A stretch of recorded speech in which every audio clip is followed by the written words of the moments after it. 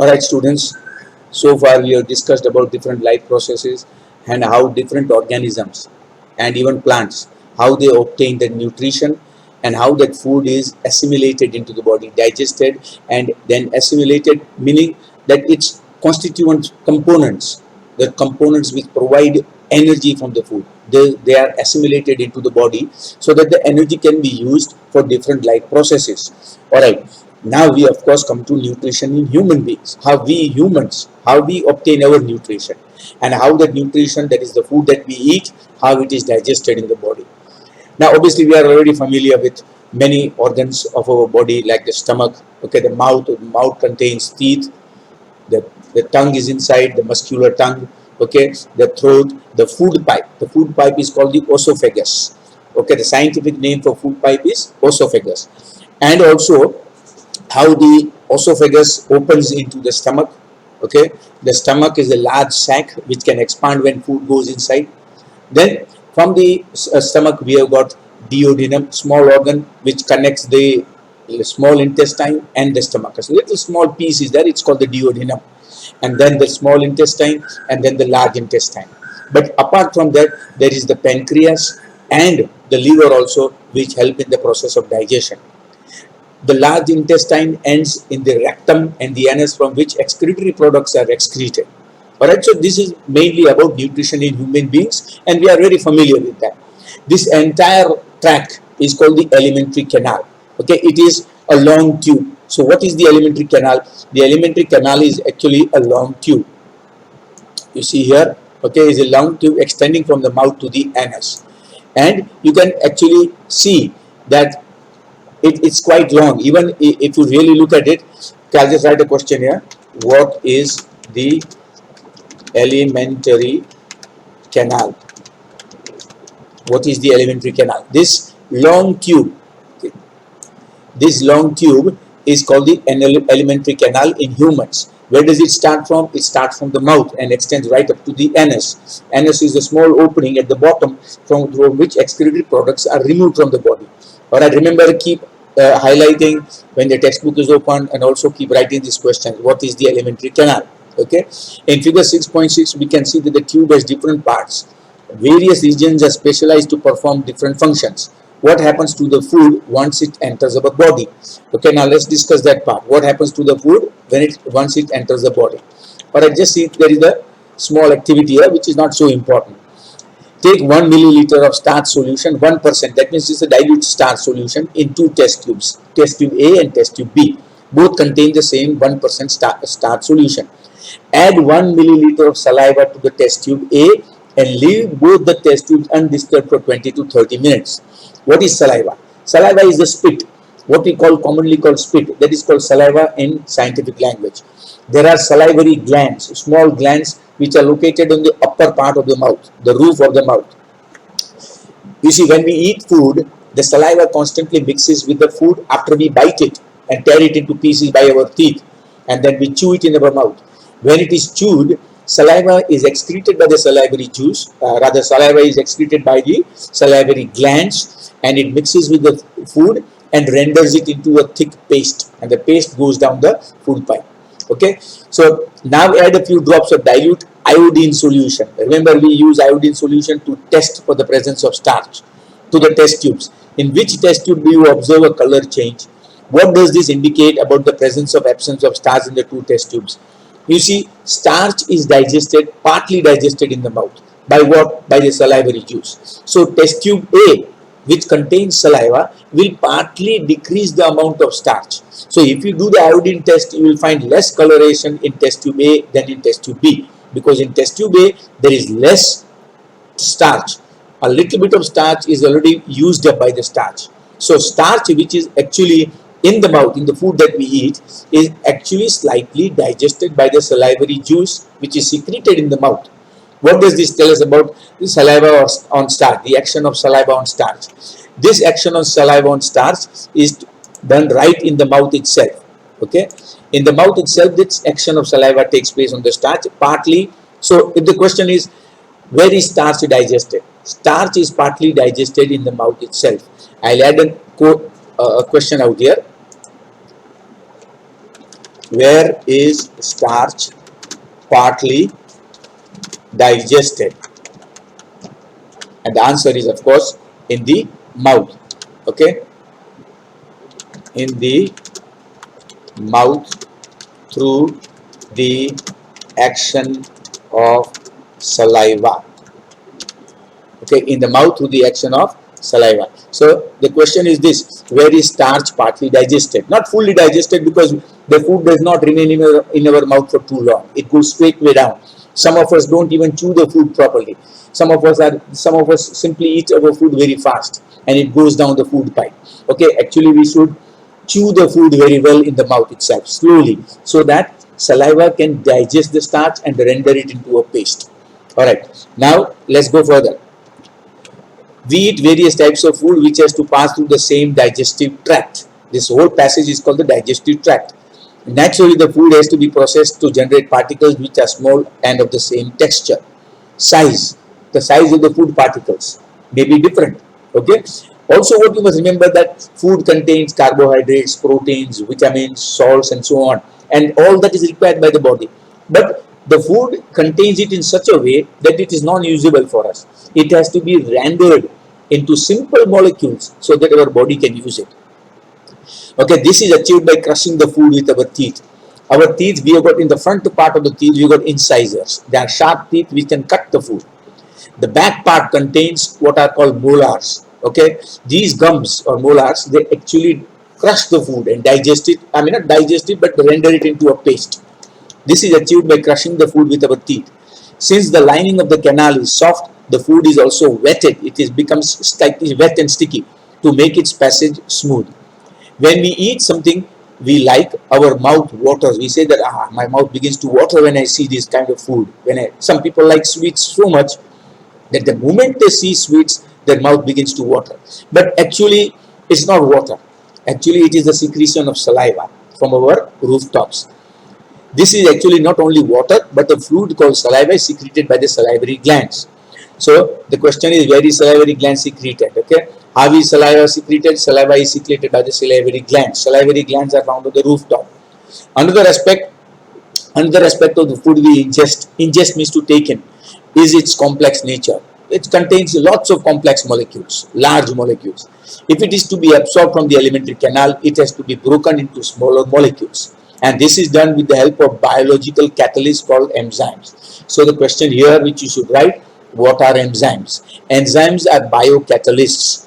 Where are enzymes coming from? Enzymes are secreted by certain organs.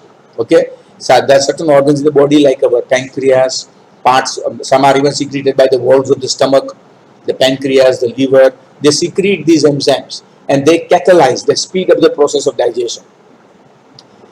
The saliva contains an enzyme called salivary amylase that breaks down starch, which is a complex molecules, to give simple sugar. So that process of digestion starts right in our mouth itself, and it goes all the way up to the large intestine. Okay, so it's a very long. Generally, food stays in the stomach for about 2 hours, some 2 to 3 hours, not more than 2 to 3 hours. After that, it passes to the small intestine. But the process is not over there. Okay, from the small intestine, then it gradually goes to the large intestine, and the entire process could take 4 to 6 hours. Okay, the saliva contains an enzyme called salivary amylase that breaks down starch, which is a complex molecule, to simple sugars. The food is mixed thoroughly with saliva and moved around the mouth while chewing by the muscular tongue. The tongue also plays a role. It moves the food inside our mouth. Remember, there are people who eat very fast. They don't chew the food properly. You must chew your food. When you are eating, you should count up to 20, 25, 30, so that food is properly chewed in the mouth. It is necessary to move the food in a regulated manner along the digestive tube so that it can be processed properly in each part.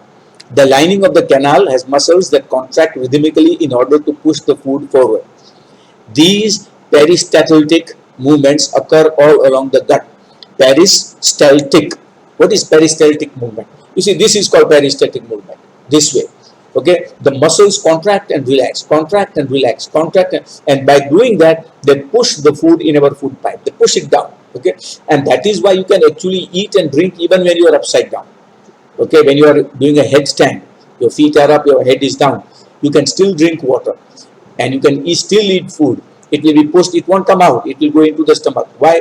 Because of the peristaltic muscles. These muscles are found in the food pipe and they push the food inside towards the stomach. And that is why it is possible for us to eat even when we are upside down. But never do that, of course, it's dangerous. Okay. It is necessary to move the food in a regulated manner, okay, and this is motion is called peristaltic movement of the muscles. And the other thing I'd like to point out is, you can see this diagram here, okay, digestive tract of human being. Look at the question which I have written out there. Explain the process of digestion in humans with the help of a diagram. Now this question, explain the process of digestion with the help of a diagram in humans, it has been asked many times, it could be asked again, okay. Everybody should be able to draw this diagram and explain it. Of course, in the PDF which I am going to give it to you, it's already there. But you must learn the answer properly and everybody must practice this diagram. Otherwise, it's simply not possible. Just let's have a look at the diagram here carefully. If you look at it, okay, the mouth, this cavity is also called the buccal cavity. And the cheeks, you see, they contain what are called buccal cells on both the sides. The tongue, everyone knows that. The food pipe is also called the esophagus. The diaphragm is there, it separates the chest from the stomach part, okay, this part here, which diaphragm expands and allows us to breathe in and out, okay. The gall bladder, it stores bile. Where does bile come from? It comes from the liver. The liver secretes bile and bile is helpful in the process of digestion after the food leaves the stomach. But excess amount of bile has to be stored somewhere, so it is stored in the gall bladder. It is a small organ found just very close to the liver. There is a bile duct. A duct is a small pipe which is coming out from the gall bladder and delivers it to the stomach and the intestine. Then you got the liver and then the pancreas. Pancreas is a tiny feather-like organ. You can see the shape. It's a small feather-like organ, and from that pancreatic juice, okay, pancreas also secretes insulin and pancreatic juice which helps in the process of digestion. Then of course on the other side you can see esophagus, the food pipe. The stomach is a large muscular sac which contains all the food materials. The small intestine can be large or it can be small depending upon the organism. Herbivores, animals that eat grass, plant eaters, they have, you see, it's difficult for them to digest cellulose. So what happens is their intestine is very long, the small intestine. In humans also it's about 6 meters long. It's quite long in humans also because we are partly grass eaters. We eat plants, vegetables, fruits. And in meat eaters, carnivores, that is like animals like lions and tigers, there you see they don't have to digest cellulose, which is only found in plants. And therefore, these meat eaters have a shorter intestine, small intestine. So stomach, then you got the small intestine, then the large intestine.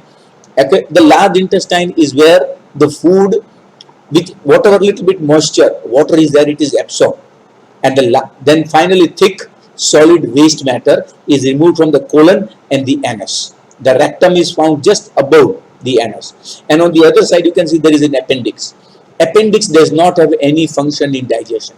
It is a vestigial organ. Now, what is a vestigial organ? Vestigial organ is an organ which does not have any function in the body. It is in a way a useless organ. But sometimes what happens is the appendix gets infected with bacteria and then it begins to swell and it becomes very painful. That is called appendicitis. That condition is called appendicitis. In such a situation, the appendix has to be removed. Otherwise, it will burst open and it can infect the entire region, and that can be very dangerous. So then when the pain becomes unbearable, you go to a doctor. The doctor says that you got appendicitis. From then, appendicitis is cut off and removed. So there is no pain there again. But it is a vestigial organ, a functionless organ. Okay. So that's the human alimentary canal. Alright, from the other side, from the mouth the food is taken to the stomach and through the food pipe or esophagus. Esophagus is the scientific name for the food pipe. The stomach is a large organ which expands when food enters it. The muscular walls of the stomach help in mixing the food thoroughly with more digestive juices. The digestion in the stomach is taken care of by the gastric glands which are present on the walls of the stomach. These release hydrochloric acid, a protein digesting enzyme called pepsin, and mucus. You see, they are secreted by the walls of the stomach. Sometimes more acid is secreted. When more acid is secreted, it becomes a little bit painful. And some people suffer from high acidity. This is the condition. When food enters the stomach, the walls of the stomach contain gastric glands. These gastric glands begin to secrete gastric juices. Now, what are these gastric juices? Gastric juice is a collective word for what? Hydrochloric acid, a protein digesting enzyme called pepsin, and mucus. What is the function of mucus? Mucus protects the, you see, when there is an acidic environment, hydrochloric acid is released in the stomach, so the stomach becomes acidic. Acid can destroy the lining of the stomach if it is excessive amount. But since acid can be destructive, the inner lining is coated with mucus, the inner lining of the stomach, and mucus actually protects it from the acid. And pepsin helps in the digestion of proteins. The hydrochloric acid creates a acidic environment in the stomach. When it creates an acidic environment in the stomach, it helps in the function of pepsin. Pepsin is able to function even better. Alright, the hydrochloric acid creates an acidic medium which facilitates the action of enzyme pepsin. What other function do you think is served by the acid? Acid actually, it helps in the process of digestion. The mucus protects the inner lining of the stomach from the action of acid under normal conditions.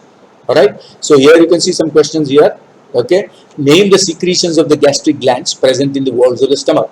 Again, the answer is here. Okay, the digestion in the stomach is taken care of by the gastric glands present in the walls of the stomach. That means the gastric glands release hydrochloric acid, a protein digestive enzyme called pepsin, and mucus. Alright, so, and then there is a question here also which you must understand. What is the function of mucus secreted by the walls of the stomach? The mucus protects the inner lining of the stomach from the action of acid under normal conditions. That's the last line out there. You must write these questions also. Alright. You must have heard about adults, often, generally children don't have this problem, adults have this problem of acidity. What is this acidity? Acidity is nothing but a condition where the gastric juices contain more acid. That means the gastric glands in the walls of the stomach, they secrete more acid and the condition becomes acidic. That is called acidity. The exit of food from the stomach is regulated by the sphincter muscles which release it in small amounts into the small intestine. Now, what is this sphincter muscle? Again, same thing. They contract and relax. They push the food from the stomach into the duodenum and into the small intestine. From the stomach, the food now enters the small intestine. This is the longest part of the alimentary canal. Which is the longest? The small intestine, which is fitted into a compact space because of extensive coiling. It is coiled around in the stomach region, below the stomach. Okay, the length of the small intestine is different for various animals depending on the food they eat. Herbivores, grass-eating animals, eating grass need a longer small intestine to allow the digestion of cellulose. Meat eaters, that is carnivores like lions and tigers, they got a smaller one because the intestine does not have to be long because they don't have to digest cellulose. Alright, there are certain questions here again. You can see here, why do herbivores, that is plant eaters, have a longer small intestine? Remember, there are two intestines, the large intestine and the small intestine. We are discussing the small intestine. Okay, and the other question is, where are carbohydrates, proteins and fats digested completely? Now that will come to that. You see here, the small intestine is in the site of the complete digestion of carbohydrates. See, this is an important question. The small intestine is the site of the complete digestion of carbohydrates, proteins and fats. And that's the question I would put out here. Name, where are the carbohydrates, proteins and fats digested completely? Alright, the next question here was, name the secretion of the liver. And finally here, name the enzyme secreted by the pancreas, which will come to that now. Alright. It receives the secretions of the liver and pancreas for this purpose. The food coming from the stomach is acidic and has to be made alkaline for the pancreatic enzymes to act. Bile juice from the liver accomplishes this. Now, what secretes bile? The liver secretes bile. In addition to acting on fats, fats are present in the intestine in the form of large globules, which make it difficult for enzymes to act on them. Bile salts break them down into smaller globules, increasing the efficiency of the enzymatic action. This is similar to emulsifying actions of soap on dirt that we have learnt in chapter number 4. Okay, how emulsifiers, how soaps and detergents work. That's the way they work. Alright, the pancreas secretes pancreatic juice, which contains enzymes like trypsin for digesting proteins and lipase for breaking down emulsified fats. The walls of the small intestine contain glands which secrete intestinal juice.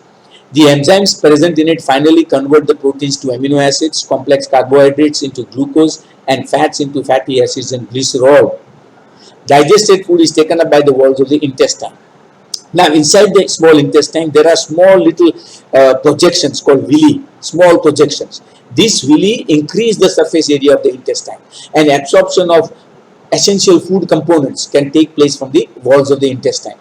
Digested food is taken up by the walls of the intestine. The inner lining of the small intestine has a numerous finger-like projections called villi, which increase the surface area of absorption. Now, the question here is, see, what are villi and where are they found? This question which I have written on the side, you must write it with a pencil. The villi are richly supplied with blood vessels which take the absorbed food to each and every cell of the body, where it is utilized for obtaining energy, building up new tissues, and the repair of old tissues. The unabsorbed food is sent into the large intestine. Okay, when the food goes undigested, whatever little amount is left, undigested matter, it goes to the large intestine. In the large intestine, whatever amount of water is there, that water is absorbed back into the digestive tract. It is absorbed back into the bloodstream. And then the remaining amount of fecal matter, okay, the waste matter, is then ejected from the body. So the unabsorbed food is sent into the large intestine where its walls absorb water from this material. Now the material becomes a solid waste. The rest of the material, which is a solid waste, is removed from the body via the anal opening, the anus. The exit of waste material is regulated by the anal sphincter muscles. Again, the anal muscles contract and relax. And by contracting and relaxing, they throw out the waste matter, okay, which we all have experienced. All right. Now the next part about dental caries. This is a small section about dental caries. You see, when we eat food, you see, sometimes what happens is food particles stick to our mouth inside. Sometimes they stick to the white enamel. The white portion of the teeth is called the enamel. It's extremely hard substance. But an acidic environment. You see what happens when we eat food, some of the food particles stick near the gums or in between the teeth. And then when we fail to brush our teeth, those food particles gather bacteria. And the bacteria act on the food particles and produce what is called tartaric acid. The tartaric acid is extremely destructive. It destroys the tooth enamel, and gradually over a long period of time, small cavity or holes are produced in the tooth enamel. They are called dental caries. And the tooth cavity, dental cavity or carie, is extremely painful, especially if it goes very deep. Inside the tooth enamel, deep inside the white part, inside there is what is called the pulp. The pulp is extremely soft and it contains sensitive nerves. So sometimes when the nerves are exposed, it becomes very painful. Then you have to go to a dentist. The dentist will do two things. Number one, if the cavity is not deep, he will plug it with some substances, okay, which are artificial substances. Or he could cap it with some gold or silver. And the third alternative, if it is very painful and very deep, he may even have to extract the tooth. So dental caries or tooth decay causes gradual softening of the enamel, the white part, and dentine. Okay, it begins when bacteria acting on sugar produce acids that soften or demineralize. It breaks the enamel down. Masses of bacteria cells together with food particles stick to the teeth to form dental plaque. Dental plaque is a dirty greenish, sometimes greenish layer which is formed on the teeth. Saliva cannot reach the tooth surface to neutralize the acid as a plaque covers the teeth. Brushing regularly can prevent that. Remember that. Brushing the teeth after eating removes the plaque before the bacteria produce acids. And that is why it is important. You see, a lot of people think that brushing teeth in the morning is extremely important. But really, brushing of teeth is more important after meals, after your lunch and dinner. If somebody does not brush his teeth in the morning, it won't create such a bad situation. Of course, you may have a bad smell, and that is why we brush in the morning. But the idea behind brushing is to prevent cavities. And that is only possible if you brush your teeth after meals. Brushing teeth after eating removes the plaque before the bacteria produces acids. If untreated, microorganisms may invade the pulp, the softer part inside the white enamel, causing inflammation, infection, and extreme pain. Alright, this should be enough for today. Then we'll carry on after this. Okay, respiration process will carry on later. Okay, have a nice day.